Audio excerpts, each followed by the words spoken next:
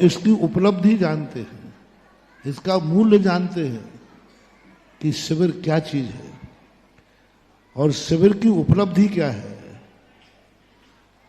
जीवन का किस ऊंचाई पर शिविर जाके तुम्हें बैठाल देता है। 10 दिन की एनर्जी तुम्हारी जिंदगी भर के भंडारे भर देती है।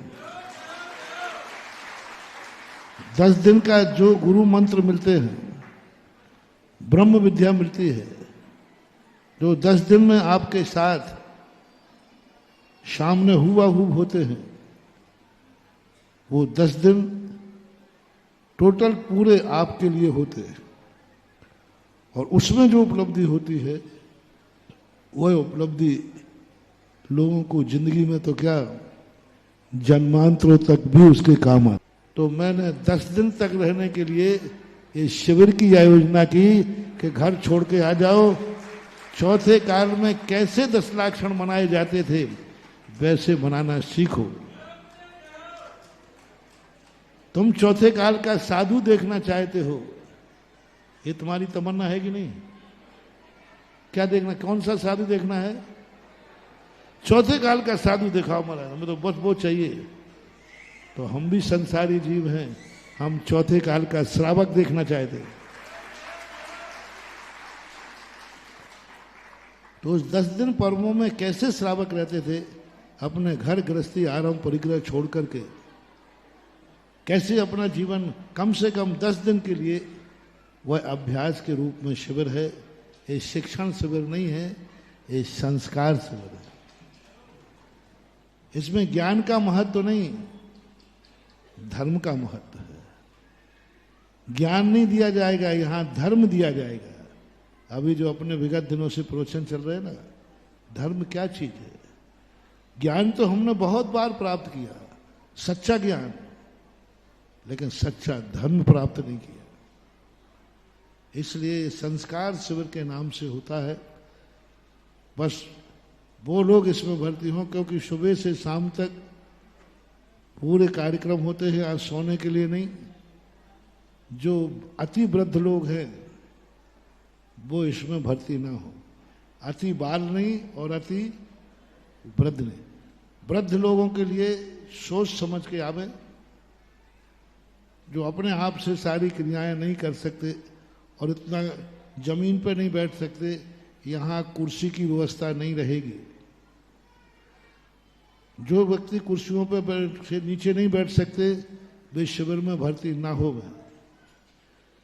जिनकी ऐसी दवाइयाँ चलती हैं हार्ट वगैरह की, जिनको हार्ट अटैक की बीमारी है, बहुत बड़ी शुगर की बीमारी है, वे शिविर में ना बैठे।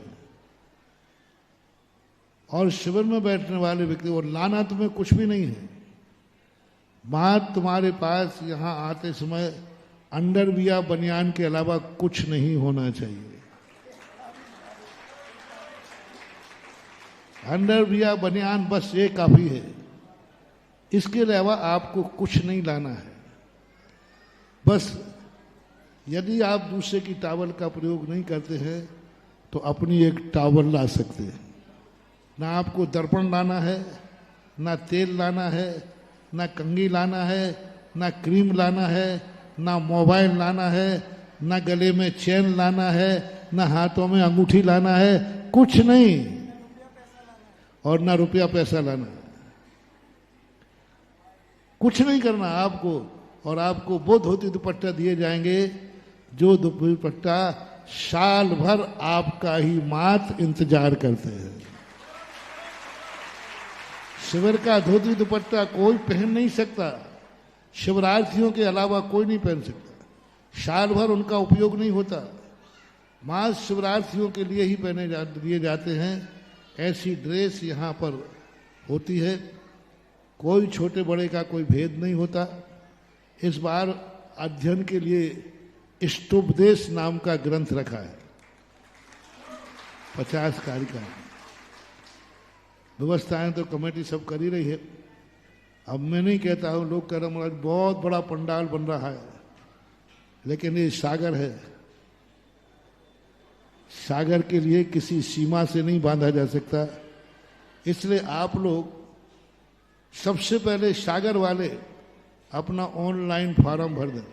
फॉर्म आपको 2 बार भरना पड़ेगा, एक ऑनलाइन और एक यहाँ आने के बाद, क्योंकि ऑनलाइन बात इसलिए चाहिए है जिससे कमेटी वालों को पहले से काउंटिंग पता चल जाए, उस ढंग से व्यवस्थाएं करें।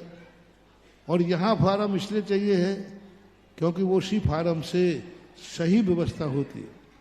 ऑनलाइन वाले से काउंटिंग में नंबर में देने में बहुत दिक्कत होती है, इसलिए 2 बार फॉर्म भरना।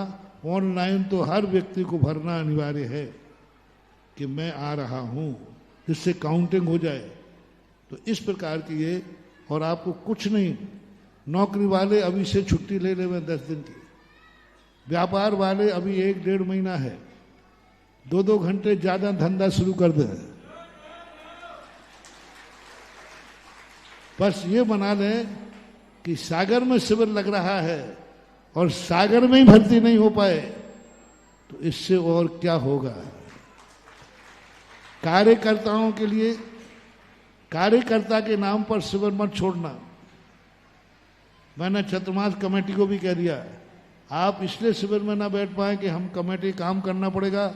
आप काम की बात छोड़ो, शिविर में कौन व्यवस्था करता है ये तुम्हें चिंता करने की जरूरत नहीं है।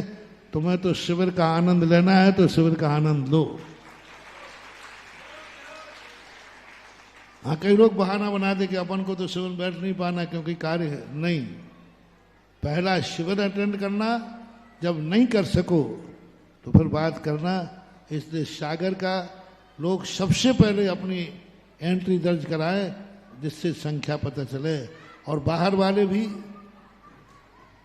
जल्दी होड़ लगाएं क्योंकि सागर की भीड़ है। यदि ओवर हो गई तो हाउसफुल का भी बोर्ड लगाना पड़ सकता है, कहना पड़ सकता है, क्योंकि हर चीज की सीमाएं होती है। क्योंकि ये शिविर 114 लोगों से शुरू हुआ था, 121 लोग पहले शिविर में थे। आज शिविर का इतनी क्रेज बनी कि हजारों पर शिविर की संख्या पहुंच गई, 4000 तक। अब सागर है, ये पता नहीं क्या इतिहास बनाएगा, ये अपन देखेंगे। लोगों को जो है अपनी व्यवस्था बनाए।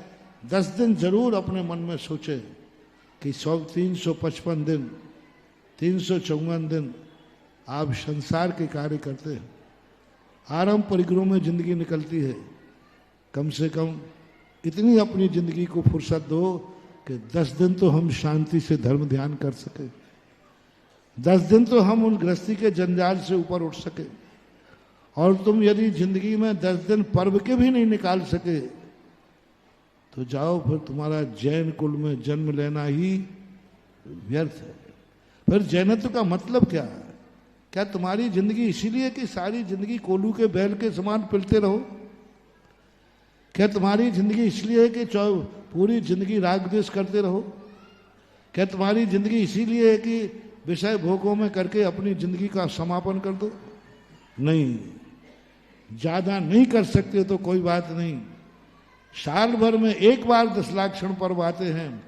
कम से कम इन पर्वों में तो जैनी की तरह जीना सीखो।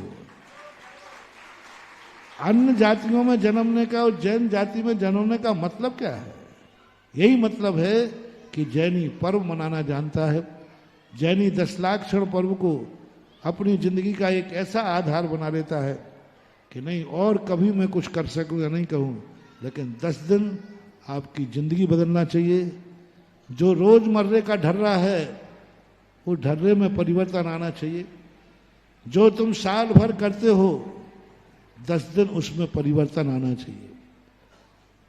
सब चीज में, व्यापार में, बाजार में, संगति में, भोजन में, नहाने में, उठने में, बैठने में, चलने में, फिरने में, सोने में, जागने में, जो जो क्रियाएं तुम 355 दिन करते हो उन सब में 10 दिन के लिए हर चीज में परिवर्तन लाना है।